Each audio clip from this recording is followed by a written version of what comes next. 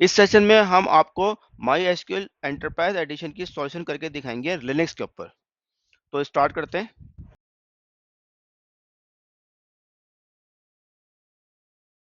आज के इस सेशन में हम आपको माई एसक्यूएल की सॉल्यूशन रेड हैट लिनक्स में करके दिखाएंगे। तो ये डॉक्यूमेंट है, आपको डॉक्यूमेंट जो है मेरी वेबसाइट पे मिल जाएगा, हम टेक्नो.com पे। ये मेरी आईपी एड्रेस है जो कि इसमें मैंने रेड हैट लिनक्स इंस्टॉल किया हुआ है। इसको मैं ओपन करता हूँ पुटी के ऊपर। रूट से लॉगिन करना है, सिर्फ ऑपरेटिंग सिस्टम इंस्टॉल करना है लिनक्स, और फिर हमने लॉगिन करना है रूट से।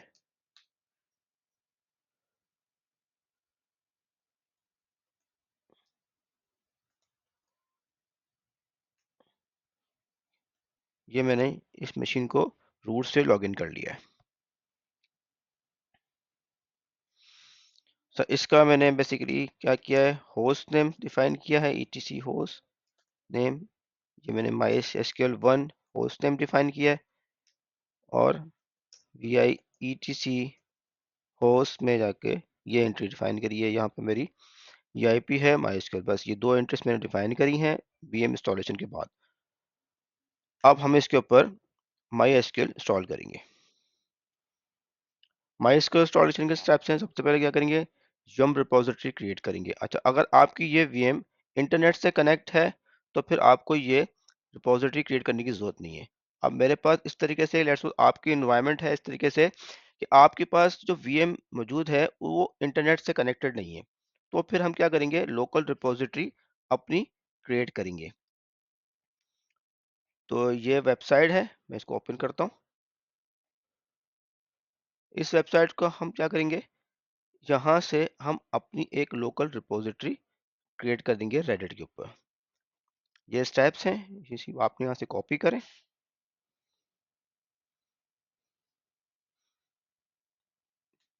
एक डायरेक्टरी क्रिएट की CD रोम के नाम से, फिर हमने माउंट कर दी CD रोम को, और फिर इसके बाद हमने जो एग्जिस्टिंग डायरेक्ट फाइल्स होंगी इस डायरेक्टरी के अंदर, हमने वो सारी फाइल्स इस डायरेक्टरी से रिमूव कर रहे हैं। ये सारी फाइल्स रिमूव हो गई हैं। उसके बाद ये एक डायरेक्ट फाइल हम क्रिएट करेंगे माई यम रेपो के नाम से, और इसके अंदर ये एंट्रीज आपने पेस्ट कर देनी है। यहाँ से कॉपी करें और यहाँ पे पेस्ट कर दें। ये आपकी लोकल रिपोजिटरी क्रिएट हो गई है। अब हम अपने स्टेप्स के ऊपर आ जाते हैं। तो हमने ये स्टेप्स हैं, आपको ये सारे स्टेप्स जो है ना मेरी वेबसाइट से मिल जाएंगे। इसके बाद हमने करना है MySQL डेटाबेस के RPM। ये RPM हैं जो कि मैंने डाउनलोड करे हैं ओरेकल सपोर्ट से। ओरेकल सपोर्ट पे जाकर मैंने ये डाउनलोड करे थे। अगर आपके पास ओरेकल सपोर्ट की यूजर आईडी पासवर्ड है तो आप ये RPM ओरेकल सपोर्ट से भी डाउनलोड कर सकते हैं। अगर नहीं है तो आप ये मेरी वेबसाइट से भी RPM डाउनलोड कर सकते हैं। तो ये ओरेकल सपोर्ट से मैंने ये डाउनलोड करे हैं download.oracle.com से। इसके बाद मैं आपके सामने आता हूँ। ये RPM जो है मैंने इंस्टॉल करने हैं, तो ये RPM मैंने यहाँ पे एक फाइल सिस्टम क्रिएट किया है मैंने स्लैश डेटा के नाम से। ये मेरा फाइल सिस्टम है, इसके अंदर ये सॉफ्टवेयर का फोल्डर क्रिएट करके मैंने ये RPM यहाँ पे कॉपी कर दिए। ये देखें यहाँ पे MySQL, ये मैंने RPM जो मुझे रिक्वायर्ड थे MySQL के, मैंने यहाँ पे डाउनलोड कर लिए। अभी हम सिर्फ और सिर्फ MySQL की इंस्टॉलेशन करने जा रहे हैं, तो अभी हम जो MySQL के इंस्टॉलेशन की जो RPM की रिक्वायर्ड है, हम सिर्फ वो डाउनलोड उनको ही इंस्टॉल करेंगे। बाकी और भी हमारे आगे कोर्स में रिक्वायर्ड है कि MySQL का एंटरप्राइज का बैकअप कैसे लेते हैं, तो उसकी भी RPM हमने इंस्टॉल करना है, तो वो सारे RPM मौजूद हैं मेरे पास। तो अभी हमारा सिर्फ स्टेप है कि हमने MySQL एंटरप्राइज एडिशन कैसे इंस्टॉल करना है। तो इसको मिनिमाइज करते हैं। मैंने यम रिपोजिटरी क्रिएट कर दी है। इस डायरेक्टरी के अंदर मेरे RPM मौजूद हैं। मैं सिर्फ ये चीज़ें कॉपी करता हूँ यहाँ से, यम इंस्टॉल, और मेरा RPM का नाम है, यहाँ पेस्ट कर देते हैं। ये देखें ये सारे RPM जो है ना इंस्टॉलेशन करना शुरू हो गई है। जो मेरे रिक्वायर्ड RPM है MySQL के लिए, ये सारे इंस्टॉल हो रहे हैं।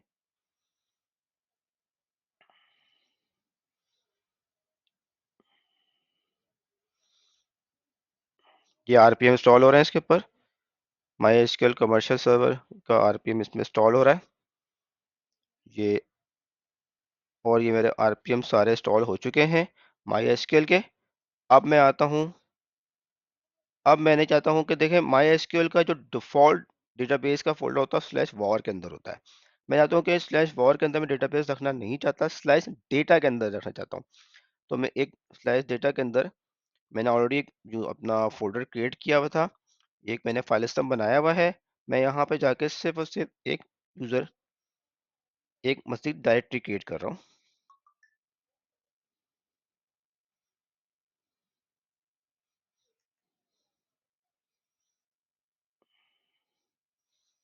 ठीक है, ये डायरेक्टरी मेरी क्रिएट हो गई है।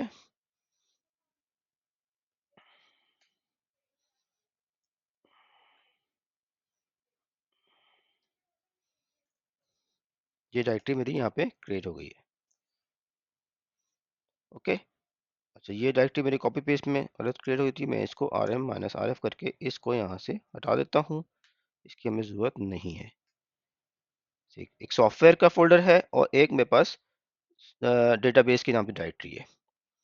अब मैं आगे की स्टेप में चलता हूँ। फिर इसके बाद मैंने क्या करना है, ये डिफॉल्ट जो कि माई एसक्यूएल की कॉन्फ़िगरेशन की फाइल होती है, ये वहाँ पर पड़ेगी वी में ETC में माई CNF के नाम से फोल्डर होगा। यहाँ पे ये फाइल मौजूद होती है। यहाँ पे मैं इसको सिर्फ वी करूँगा। ये फाइल आप देख सकते हैं, इसमें जो भी एंट्रीज पड़ी है उसको आपने रिप्लेस करके ये एंट्रीज आप डाल दें।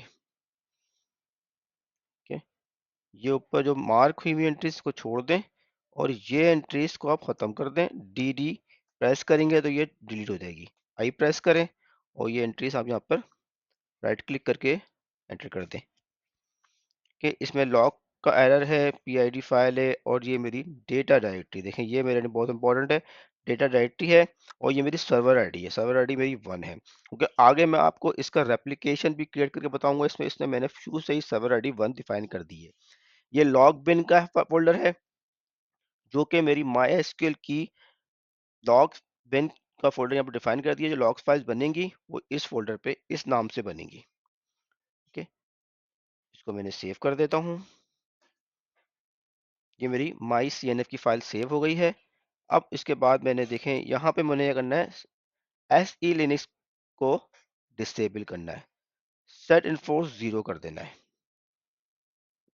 राइट क्लिक और ये मैंने डिसेबल करा, और इसके बाद SE लिनक्स की फाइल में जाके भी आप इसको SE लिनक्स को डिसेबल कर दें।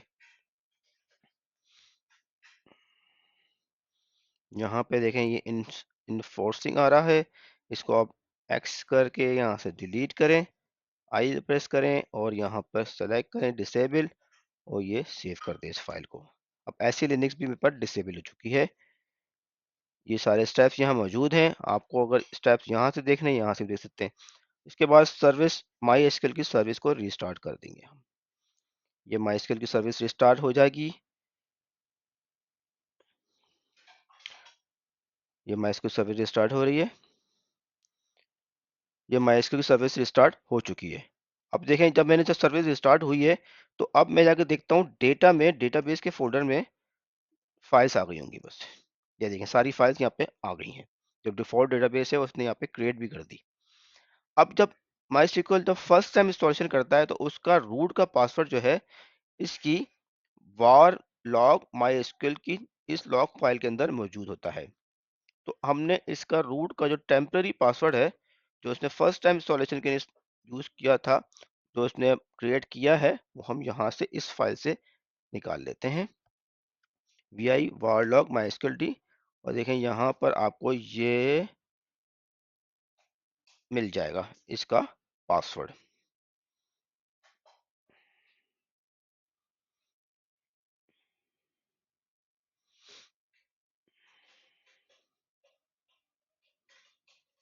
ठीक है, तो पासवर्ड हमारा जो है ये रहा पासवर्ड। इस पासवर्ड को हम यूज करेंगे लॉगिन करने के लिए माई एसक्यूएल से। ठीक है, मैं इस पासवर्ड को यहाँ पे लिख लेता हूँ।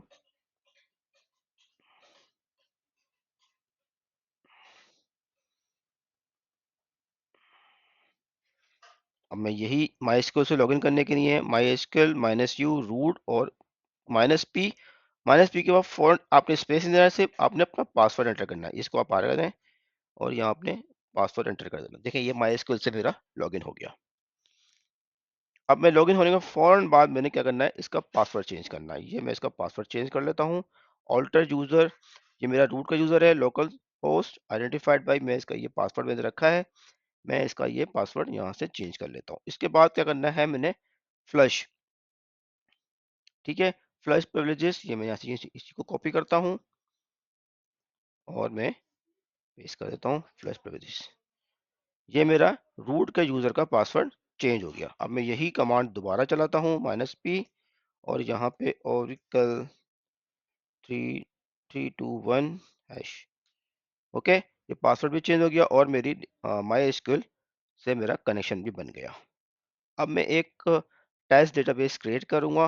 देखें यहाँ पे मेरी शो डेटाबेस है, क्रिएट डेटाबेस है, एक यूजर क्रिएट कर रहा हूँ रेप्लिका 1 और इस यूजर को मैं एज ए स्लेव के राइट्स दे रहा हूँ कि अब ये मैंने बेसिकली क्या है, अब जो डेटाबेस बनाई है उसको टेस्ट कर रहा हूँ। कॉपी करता हूँ सारे में यही चीज और ये यहाँ पे पेस्ट कर देता हूँ। देखें ये मैंने इसको यहाँ पे शो डेटाबेस की कमांड मैंने चलाई। इसने जो डेटाबेस उस वक्त मेरे पास डिफॉल्ट बनी हुई थी MySQL परफॉर्मेंस स्कीमा सिस इन्फॉर्मेशन स्कीमा, ये बाय डिफॉल्ट डेटाबेसेस 4 बनी होती हैं। मैंने फिर एक डेटाबेस और क्रिएट करी टेस्ट के नाम से। फिर मैंने एक यूजर क्रिएट किया रेप्लिका 1 आइडेंटिफाइड बाय, इसका पासवर्ड दे दिया मैंने, इसको ग्रांट कर दिया रेप्लिकेशन स्लेव ऑन, इस यूजर को रेप्लिकेशन स्लेव के तमाम राइट दे दिए। और फिर फ्लश प्रिविलेजेस मैंने यहाँ पे डिफाइन की। शो बाइनरी लॉग स्टेटस, मेरी जो बाइनरी लॉग मैंने इनेबल की थी, ये मेरी बाइनरी लॉग फाइल्स वहाँ पे जनरेट हो गई हैं और इसकी ये पोजीशन है। अब ये चीज़ जब मैं इसका मास्टर स्लेव बनाऊंगा तो ये चीज़ मेरे को उस वक्त यूज होगी। तो अभी मैंने क्या किया, एक MySQL की मैंने इंस्टॉलेशन करी और एक डेटाबेस भी मैंने क्रिएट कर दी। मैं यहाँ पे दोबारा से शो डेटाबेसेस करता हूँ।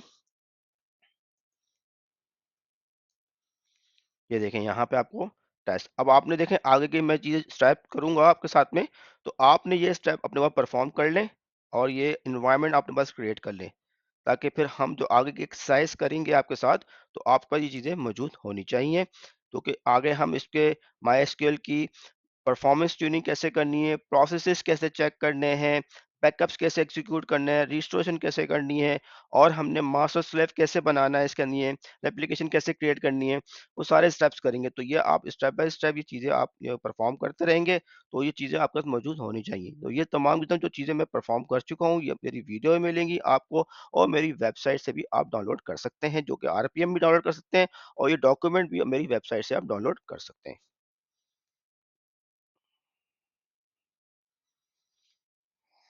ये सारे स्टेप्स यहाँ पे लिखे हुए ये खत्म हो गए हैं। यही डॉक्यूमेंट आपको मेरी वेबसाइट से ही मिल जाएगा। मेरी वेबसाइट है humtechno.com। वहाँ पे आप ब्लॉग्स में जाएंगे, वहाँ से ये डॉक्यूमेंट आप सर्च करेंगे तो आपको डॉक्यूमेंट्स मिल जाएगा।